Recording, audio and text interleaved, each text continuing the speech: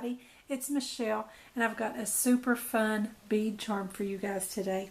It's a mermaid tail, and all it took to make this mermaid tail was a seashell shaped bead and a teardrop. My teardrop beads are about 8 millimeters wide by about 15 to 16 millimeters long. They vary a little bit.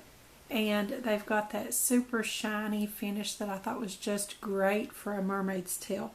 And they came in colors that really perfectly matched my plastic seashell beads that I already had on hand. I thought these were super, super fun. I've already got some done here in a yellow, a blue, and a green. And I have saved the best for last. We're going to be doing pink and red. Those two are my favorite. I wish I'd had purple, and I actually think these beads may be available in purple. I'm not sure, but I'm really happy with the colors that I've got here.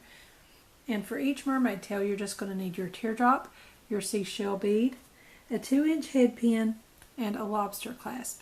And if you don't want to make your own, also a jump ring. And that's all it takes to put together a mermaid tail. I'm going to do the pink one first, but before I put that together, I wanted to show you guys that there are other options. One option that I came up with here was a heart-shaped bead, and you could turn that upside down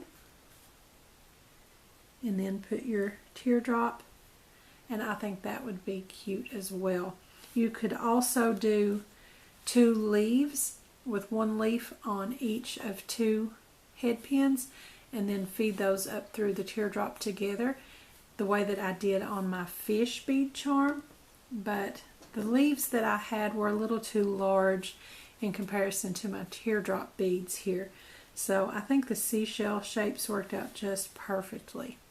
So the first thing you do is just put your seashell shape bead on with the wide end down and the narrow end up, and then your teardrop with the narrow end down and the wide end up.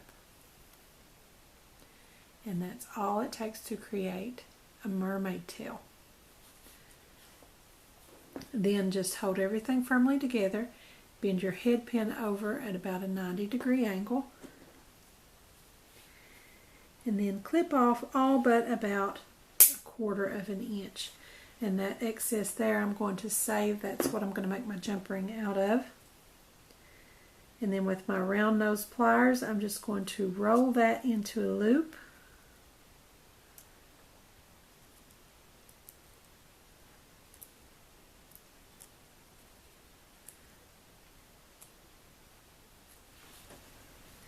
And then I'm going to take my excess and make my jump ring with that. Just roll that with my round nose pliers.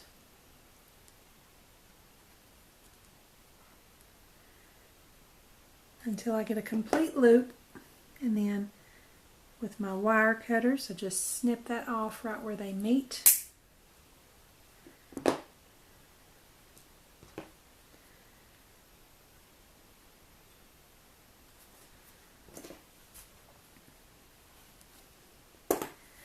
Open that up, and then I can dangle on my mermaid tail and my lobster clasp. Oops. There we go. And then just close that back up. Super simple and super cute. I just love these little mermaid tails. And just so that you guys get to watch the process again, and I have a good excuse to make another mermaid tail, I'm going to run through that one more time for you guys. I just love these, and if I had more colors, I'd be making more mermaid tails. These are so adorable. So I put my seashell bead on there with the wide end down, and then my teardrop goes on with the wide end up. And I think the red may be my favorite.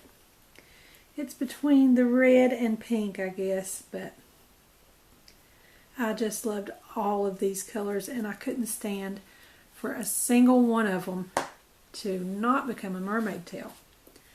So I'm going to hold everything firmly together and bend my head pin over at about a 90-degree angle.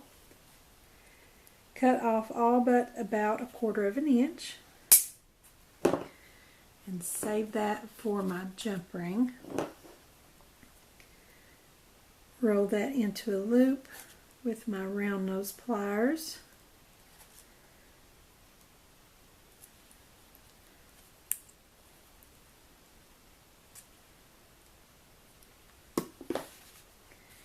And then create my jump ring.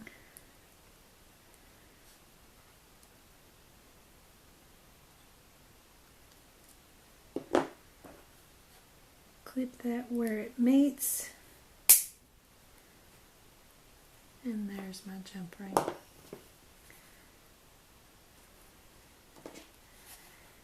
Then just open that up.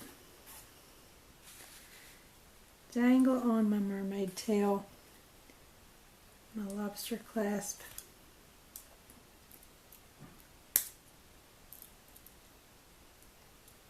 and close it back up. So that is all there is to it to create a mermaid tail.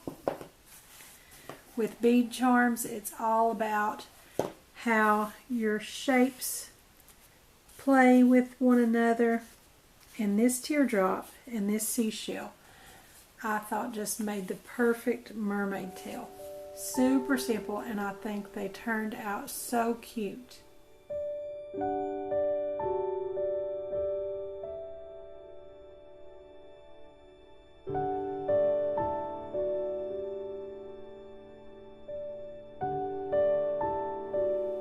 So you guys be sure to leave a comment and let me know what you think of my mermaid tails. I just love these. I think they're adorable and I had so much fun with them. Don't forget to subscribe to my YouTube channel. Give me a like over on my Facebook page, and be sure to join our Facebook group Crafty Minds. And you can share your creations over there with us as well. Also follow me on Pinterest and Instagram.